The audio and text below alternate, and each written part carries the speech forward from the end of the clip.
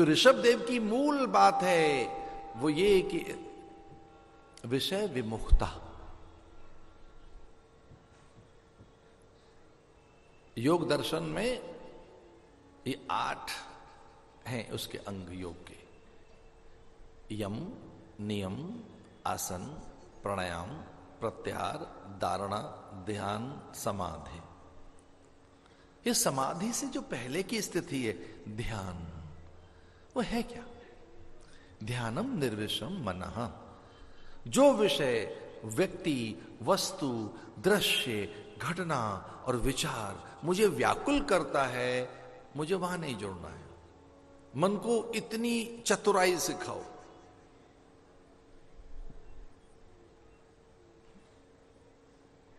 पर एक हो नहीं सकता जब तक कि आपके यम सिद्धि ना हो। आप थोड़ा ध्यान से सुन रहे हो कथा, तो यम की पास से बचना हो तो यम का एक व्रत भी है। अगर आपको यम पास से बचना है, यम यातना से बचना है, यम के द्वारा दिए गए तिरस्कार से बचना है, तो यम एक व्रत भी है। यम क्या कीर्ति फैल जाएगी आपकी, यम क्या सुगंध आपकी, आपके चरित्र की सुकीर्ति यम के यहां पूरी प्रकृति में। और ये ध्यान रखना, प्रकृति अंकित, टंकित और संचित कर रही है, आपकी हर चीजें वहां पे वो फीड हो रही हैं ऑल द टाइम। अब क्या सोच रहे हैं, क्या बोल रहे हैं, क्या कर रहे हैं, क्या सब ऑल द टाइम वो सब कुछ होता जा रहा है, वहां फीड होता जा रहा है।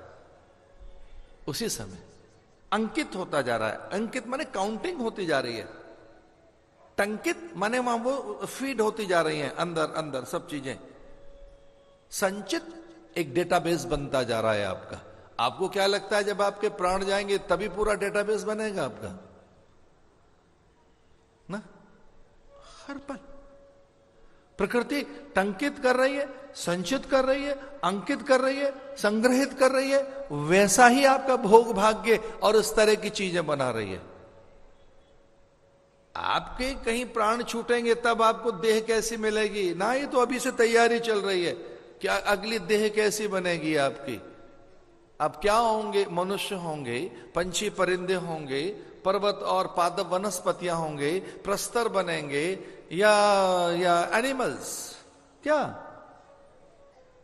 और कुछ लोगों की तो थोड़ी अलग तरह की तैयारी होती है, वो एलिवेटेड होकर कुछ और तैयारी कर रहे होते हैं। वो कह रहे हैं देख तो लिया तो मनुष्य बनकर, अब मनुष्य नहीं देवता बनेंगे, देव बनेंगे,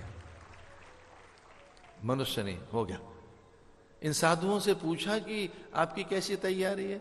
वो कहते हैं आंखें बंद करके देख तो लिया स्वर्ग में क्या चल रहा है, ना देवता भी नहीं बनना, ये और हायर वर्जन है इनका, देव भी नहीं बनना है। फिर क्या बनना है? अरे ठीक है, एक निष्कामता, अकामता, पूर्णता, एक आत्मसिद्धि, आत्मरमणता, आत्माराम। उन्हीं के वंशजों में वो जानते थे क्या करना है। शुभता, शुभेच्छा, सुविचारणा, तनुमानसा, सत्वापत्ति, तुर्या की इस यात्रा में ऋषभ की उत्पत्ति हुई। ऋषभ की उत्पत्ति हुई उनके। ऋषभ माने आदिदेव, आदिनाथ भगवान ऋषभ देव, जो 24 अवतारों में से एक हैं।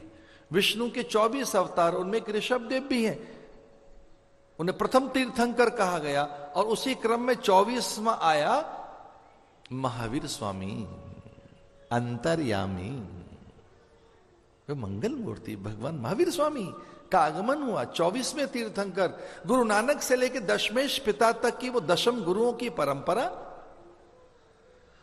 अथवा आचार्य ऋषि परंपरा, अस्मदाचार्य पर्यंतम वंदे गुरु परंपराम। तो ऋषभ का आगमन हुआ। ये शुभता की बीज की मैं गाथा सुना रहा हूं। इनके यम व्रत थे और यम से बचना है तो यम व्रत कीजिए। और यम व्रत में 5 चीजें हैं, सत्य, अस्तेय, ब्रह्मचर्य, अपरिग्रह, अहिंसा। और जिस व्यक्ति के यम सिद्ध हो जाते हैं उसी से नियमों का निर्वहन भी हो पाता है। चूंकि नियम भी हैं 5, उन्हें कैसे धारण करें? शौच, संतोष, तप, स्वाध्याय, ईश्वर प्राणिधान, ये नियम है।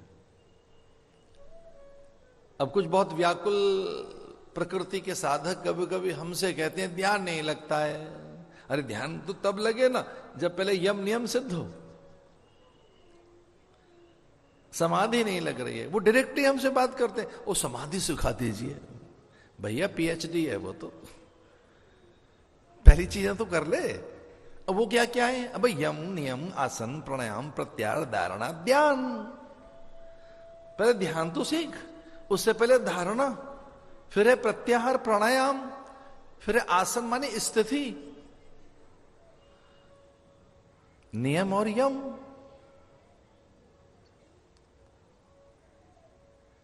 समत्वम योग उच्चते, मन में समता तो लाओ, कार्य की कुशलता तो सीखो।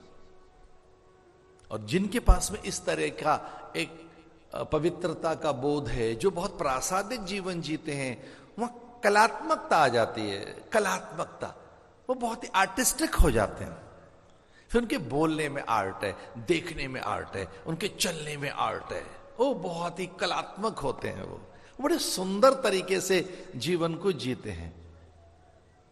ऐसा लगता है ये चलती फिरती अल्पना है, ये रंगोली है, ये तो भगवान की सबसे सुंदर कलाकृति है।